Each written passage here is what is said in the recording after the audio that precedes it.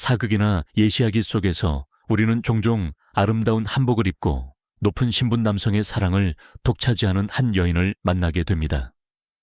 그녀는 때로는 주인공의 어머니로, 때로는 이야기의 갈등을 일으키는 중심으로 등장하곤 하죠. 우리는 그녀를 첩이라는 이름으로 부릅니다. 어딘가 낭만적으로 그려지기도 하고, 때로는 권력과 사랑을 모두 손에 쥔 인물처럼 묘사되기도 합니다. 신분 상승의 사다리이자 한 남자의 지극한 사랑의 증표처럼 여겨지기도 하죠. 하지만 여기서 우리는 잠시 멈춰서 아주 근본적인 질문 하나를 던져봐야 합니다. 화려한 비단옷과 그림 같은 기와집 뒤에 가려진 그녀의 진짜 삶은 과연 어떤 모습이었을까요? 조선시대, 첩은 과연 온전한 사람으로 다급받았을까요? 이 질문은 우리가 막연하게 품고 있던 환상을 단숨에 깨뜨립니다. 이것은 단순한 사랑 이야기가 아닙니다. 한 인간의 존엄성과 법적 지위, 그리고 사회적 시선이 복잡하게 얽힌 지독히도 현실적인 생존의 기록이기 때문입니다. 지금부터 우리는 그 화려한 장막을 걷고 조선시대 첩이라는 존재가 마주해야 했던 냉혹한 현실의 민낯을 하나씩 들여다보려 합니다. 우선 첩의 법적 지위부터 살펴봐야 합니다. 이것은 그녀의 삶을 규정하는 가장 근본적인 토대였으니까요. 결론부터 말하자면 조선의 법전 속에서 첩은 본처, 즉 정식 아내와는 하늘과 땅 차이의 존재였습니다. 그녀는 남편의 온전한 가족 구성원이라기보다는 차라리 남편에게 종속된 일종의 재산에 가까웠다고 할 수 있습니다. 상상이 잘 안 가실 수도 있겠네요. 예를 들어 한 양반가의 호적, 즉 오늘날의 가족관계 등록부 같은 문서를 펼쳐본다고 상상해 봅시다. 삐뚤빼뚤한 한자로 가문의 역사가 기록된 그곳에 집안의 주인인 남성과 그의 정식 아내, 그리고 그들 사이에서 태어난 적자들의 이름이 나란히 적혀 있을 겁니다. 하지만 첩과 그녀가 낳은 자식의 이름은 그 줄에 함께 오를 수 없었습니다. 그들은 본처 자식들의 이름 아래 혹은 문서의 한 구석에 마치 부록처럼 기록되곤 했죠. 아무개 소생, 즉 첩 아무개가 낳은 자식이라는 꼬리표와 함께 말입니다. 이것은 단순한 표기의 차이가 아니었습니다. 국가가 공인하는 공식 문서에서부터 그들은 이미 정식 가족의 범주에서 배제되어 있었음을 의미하는 명백한 증거였던 거죠. 이러한 차별은 재산 상속 문제에서 더욱 노골적으로 드러났습니다. 만약 남편이 세상을 떠나면 그의 모든 재산은 본처와 그녀가 낳은 자식들, 즉 적자들에게 상속되는 것이 원칙이었습니다. 첩에게는 단 한 푼의 재산권도 법적으로 보장되지 않았습니다. 수십 년을 함께 살며 가문을 위해 헌신하고 자식을 낳아 길렀다 해도 법은 그녀를 상속자로 인정하지 않았던 겁니다. 남편이 남긴 유언에 따라 얼마간의 재산을 받을 수는 있었지만 이마저도 의무가 아닌 시혜에 불과했죠. 심지어 더욱 충격적인 사실은 첩 자신이 상속의 대상이 되기도 했다는 점입니다. 마치 남편이 아끼던 가구나 가축처럼 첩은 때때로 본처의 아들들에게 물려지는 재산의 일부로 취급되기도 했습니다. 아버지가 거느리던 첩을 아들이 다시 거두는 상황이 실제로 벌어졌던 것입니다. 이는 첩이라는 존재가 한 명의 독립된 인격체가 아니라 남편이라는 주인에게 예속된 소유물에 가까웠음을 극명하게 보여주는 대목입니다. 그녀의 의사나 감정은 그 어디에도 고려될 여지가 없었던 셈이죠. 관아의 한 관리가 붓을 들어 낡은 종이 위에 누군가의 신분을 기록하는 장면을 떠올려 보세요. 그는 아무런 감정 없이 법전에 명시된 대로 첩과 그녀의 자식을 정식 가족의 항에서 분리하여 기입합니다. 그 먹물이 마르는 순간 한 사람과 그 후손의 운명에는 지울 수 없는 주홍글씨가 새겨지는 것이나 다름없었습니다.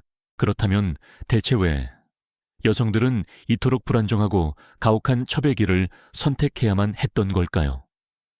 여기에는 우리가 생각하는 것보다 훨씬 더 복잡하고 현실적인 이유들이 얽혀 있었습니다. 물론 남성의 개인적인 욕망이나 애정이 그 시작점이 되는 경우도 있었겠죠. 하지만 조선 사회에서 첩을 들이는 것은 단순히 한 남자의 바람기를 넘어 가문의 유지라는 매우 중요한 목적과 연결되어 있었습니다. 당시 양반 가문에서 가장 중요한 과업 중 하나는 바로 대를 잇는 것, 즉 아들을 낳아 가문의 제사를 받들게 하는 것이었습니다. 만약 본처가 아들을 낳지 못하거나 아예 아이를 낳지 못하는 경우 집안 전체는 커다란 위기에 봉착하게 됩니다. 한 양반가의 안방. 본처는 수년째 아들을 낳지 못해 시어머니의 싸늘한 눈초리와 남편의 무관심 속에서 홀로 눈물 짓고 있습니다. 그녀의 어깨를 짓누르는 것은 단순한 슬픔이 아니라 가문을 단절시킬지도 모른다는 엄청난 죄책감이었을 겁니다. 바로 이런 상황에서 대리모의 역할을 수행하기 위해 첩이 들어오게 되는 경우가 많았습니다. 첩을 들이는 것은 본처에게는 가슴 아픈 일이었겠지만 가문을 유지하기 위한 어쩔 수 없는 선택지로 여겨졌던 것이죠. 또 다른 중요한 이유는 바로 생존의 문제였습니다. 극심한 가난에 시달리던 평민 집안에게 딸을 양반가의 첩으로 보내는 것은 온 가족의 목숨을 구할 수 있는 유일한 방법이기도 했습니다. 매서운 바람이 부는 어느 겨울날 텅 빈 곳간을 보며 한숨 짓는 아버지를 상상해 보십시오. 굶주림에 지쳐 잠든 어린 동생들을 보며 이제 갓 16이 된 딸은 자신의 운명을 예감합니다. 며칠 뒤 중매쟁이의 손에 이끌려 정든 집을 떠나는 딸의 뒷모습을 보며 아버지는 차마 고개를 들지 못합니다. 딸을 파는 것과 다름없는 이 선택이 남은 가족들에게는 한 줄기 희망이었습니다. 이처럼 첩이 되는 과정은 누군가의 욕망과 다른 누군가의 생존이 맞교환되는 지독히도 현실적인 거래의 성격을 띠고 있었습니다. 일단 첩으로 들어간 여성의 일상은 결코 녹록지 않았습니다. 그녀는 단순히 남편의 잠자리를 책임지는 것뿐만 아니라 집안의 대소사를 돕고 아이들을 돌보는 등 다양한 역할을 수행해야 했습니다. 본처의 시중을 들거나 굳은 일을 도맡아 하는 경우도 흔했죠. 그녀의 존재 가치는 오로지 남편의 총애와 아들을 낳는 것에 달려 있었기 때문에 그녀는 끊임없이 자신의 쓸모를 증명하며 살아가야 했습니다. 이러한 상황 속에서 첩과 본처의 관계는 필연적으로 복잡하고 미묘할 수밖에 없었습니다. 하나의 지붕 아래 두 명의 아내가 공존하는 상황, 그 자체로 이미 갈등의 씨앗을 품고 있는 셈이었죠. 법적으로나 사회적으로나 본처의 지위는 절대적이었습니다.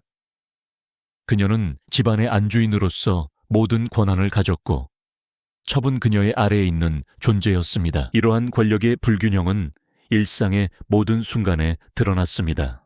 볕이 잘 드는 대청마루, 본처는 편안히 앉아 바느질을 하며 하인들에게 이래라 저래라 지시를 내립니다. 반면 첩은 마당 한쪽에서 조용히 빨래를 하거나 본처의 눈치를 살피며 부엌일을 돕고 있죠. 본처가 첩에게 집안일을 지시하는 것은 너무나도 당연한 풍경이었습니다. 첩은 본처의 심기를 거스르지 않기 위해 늘 조심해야 했고 자신의 감정을 드러내는 것은 상상조차 하기 어려운 일이었을 겁니다. 하지만 이들의 관계가 단순히 지배와 복종으로만 이루어진 것은 아니었습니다.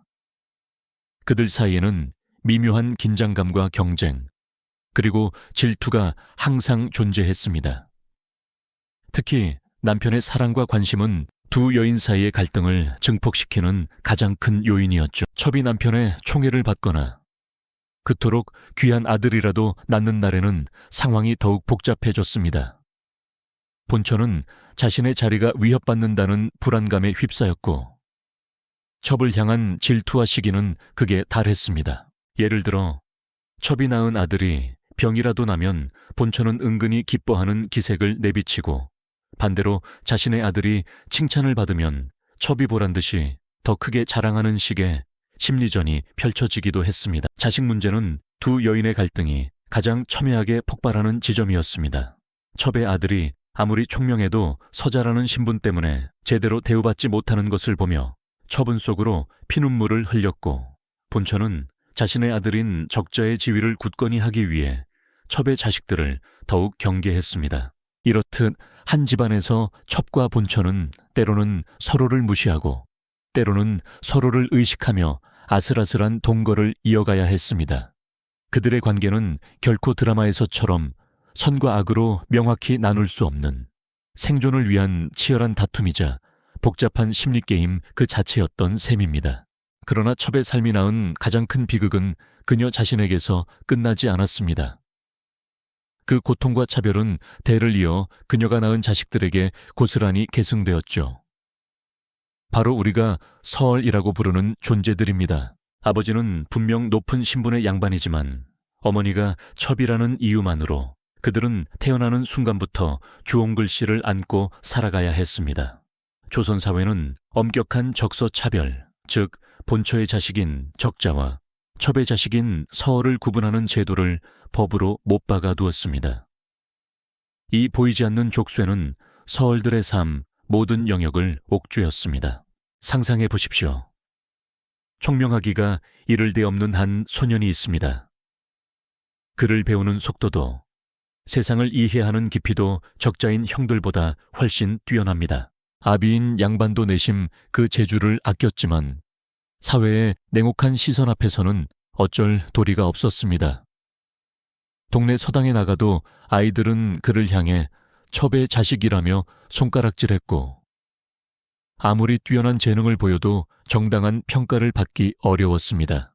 그는 매일 밤 자신의 의지와는 상관없이 정해져 버린 운명을 원망하며 눈물을 삼켜야 했을 겁니다. 그들이 겪어야 했던 가장 큰 좌절은 바로 관직 진출의 길이 막혀 있다는 사실이었습니다. 조선시대 남성에게 최고의 영예는 과거에 급제하여 나라시를 하는 것이었지만 서얼들에게는 이 문이 굳게 닫혀 있었습니다. 서얼금고법이라는 법률은 서얼들이 문과와 같은 중요한 과거 시험에 응시하는 것 자체를 금지했습니다. 수년간 밤낮으로 학문에 매진한 젊은이가 드디어 시험을 치르기 위해 한양으로 향합니다. 그의 가슴은 나라의 동량이 되겠다는 큰 꿈으로 부풀어 있었죠. 하지만 시험장 입구에서 신분을 확인하던 관리는 그의 출신을 확인하고는 차갑게 고개를 젓습니다. 서얼은 응시할 수 없네. 그 한마디에 젊은이의 세상은 무너져 내립니다. 그의 모든 노력과 재능이 단지 어머니가 첩이라는 이유 하나만으로 물거품이 되어버리는 순간입니다. 그가 마주한 것은 단순한 시험장의 문이 아니라 결코 넘을 수 없는 거대한 신분의 벽이었던 거죠. 이러한 차별은 결혼에서도 마찬가지였습니다. 아무리 인품이 훌륭하고 능력이 뛰어나도 서얼이라는 신분은 좋은 혼처를 구하는데 큰 걸림돌이 되었습니다. 양반가에서는 서얼을 사위나 며느리로 맞는 것을 가문의 수치로 여겼기 때문에 그들은 자신들과 비슷한 처지에 서얼 가문과 혼인하거나 혹은 그보다 낮은 신분의 집안과 연을 맺어야 했습니다. 첩이었던 어머니가 겪었던 서름과 한이 이제는 자식들의 평생에 걸친 굴레가 되어 대물림되고 있었던 것입니다. 만약 당신이 그 시대의 첩이었다면 자라나는 자식의 눈을 보며 어떤 심정이었을까요? 이 이야기가 흥미로우셨다면 구독과 좋아요를 통해 저희 채널을 응원해 주세요. 다음 영상에서는 이 서얼들이 어떻게 자신들의 운명에 맞서 싸웠는지, 그리고 시대의 변화 속에서 첩제도가 어떻게 사라져갔는지에 대한 놀라운 이야기를 들려드리겠습니다. 사극이나 예시하기 속에서 우리는 종종 아름다운 한복을 입고 높은 신분 남성의 사랑을 독차지하는 한 여인을 만나게 됩니다. 그녀는 때로는 주인공의 어머니로, 때로는 이야기의 갈등을 일으키는 중심으로 등장하곤 하죠. 우리는 그녀를 첩이라는 이름으로 부릅니다. 어딘가 낭만적으로 그려지기도 하고 때로는 권력과 사랑을 모두 손에 쥔 인물처럼 묘사되기도 합니다. 신분 상승의 사다리이자 한 남자의 지극한 사랑의 증표처럼 여겨지기도 하죠. 하지만 여기서 우리는 잠시 멈춰서 아주 근본적인 질문 하나를 던져봐야 합니다. 화려한 비단옷과 그림 같은 기와집 뒤에 가려진 그녀의 진짜 삶은 과연 어떤 모습이었을까요? 조선시대 첩은 과연 온전한 사람으로 대우받았을까요? 이 질문은 우리가 막연하게 품고 있던 환상을 단숨에 깨뜨립니다. 이것은 단순한 사랑 이야기가 아닙니다.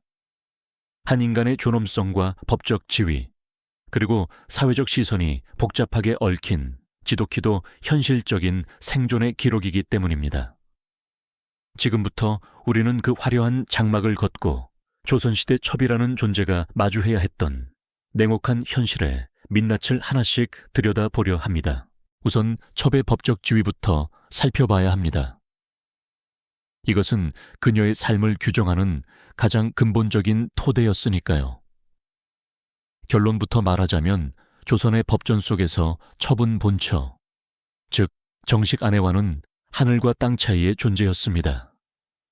그녀는 남편의 온전한 가족 구성원이라기보다는 차라리 남편에게 종속된 일종의 재산에 가까웠다고 할 수 있습니다. 상상이 잘 안 가실 수도 있겠네요.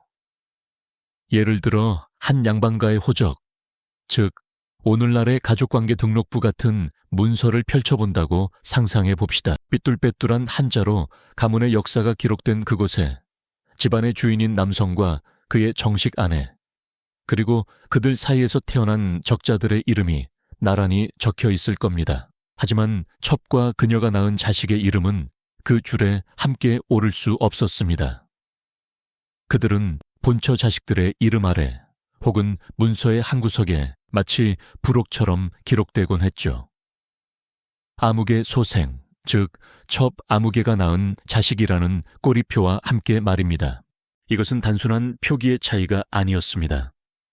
국가가 공인하는 공식 문서에서부터 그들은 이미 정식 가족의 범주에서 배제되어 있었음을 의미하는 명백한 증거였던 거죠. 이러한 차별은 재산 상속 문제에서 더욱 노골적으로 드러났습니다. 만약 남편이 세상을 떠나면 그의 모든 재산은 본처와 그녀가 낳은 자식들, 즉 적자들에게 상속되는 것이 원칙이었습니다. 첩에게는 단 한 푼의 재산권도 법적으로 보장되지 않았습니다. 수십 년을 함께 살며 가문을 위해 헌신하고 자식을 낳아 길렀다 해도 법은 그녀를 상속자로 인정하지 않았던 겁니다. 남편이 남긴 유언에 따라 얼마간의 재산을 받을 수는 있었지만 이마저도 의무가 아닌 시혜에 불과했죠. 심지어 더욱 충격적인 사실은 첩 자신이 상속의 대상이 되기도 했다는 점입니다. 마치 남편이 아끼던 가구나 가축처럼 첩은 때때로 본처의 아들들에게 물려지는 재산의 일부로 취급되기도 했습니다. 아버지가 거느리던 첩을 아들이 다시 거두는 상황이 실제로 벌어졌던 것입니다. 이는 첩이라는 존재가 한 명의 독립된 인격체가 아니라 남편이라는 주인에게 예속된 소유물에 가까웠음을 극명하게 보여주는 대목입니다.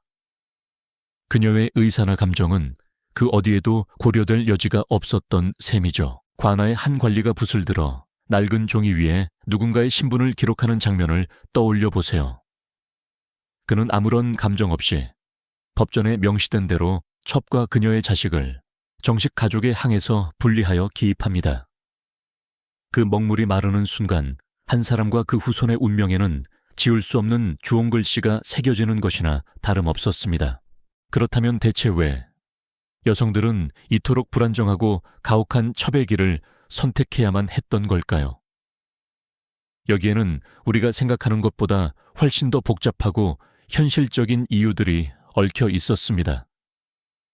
물론 남성의 개인적인 욕망이나 애정이 그 시작점이 되는 경우도 있었겠죠. 하지만 조선 사회에서 첩을 들이는 것은 단순히 한 남자의 바람길을 넘어 가문의 유지라는 매우 중요한 목적과 연결되어 있었습니다. 당시 양반 가문에서 가장 중요한 과업 중 하나는 바로 대를 잇는 것, 즉 아들을 낳아 가문의 제사를 받들게 하는 것이었습니다.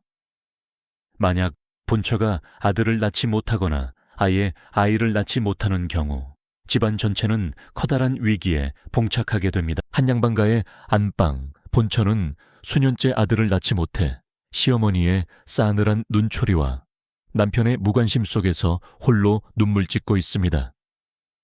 그녀의 어깨를 짓누르는 것은 단순한 슬픔이 아니라 가문을 단절시킬지도 모른다는 엄청난 죄책감이었을 겁니다. 바로 이런 상황에서 대리모의 역할을 수행하기 위해 첩이 들어오게 되는 경우가 많았습니다.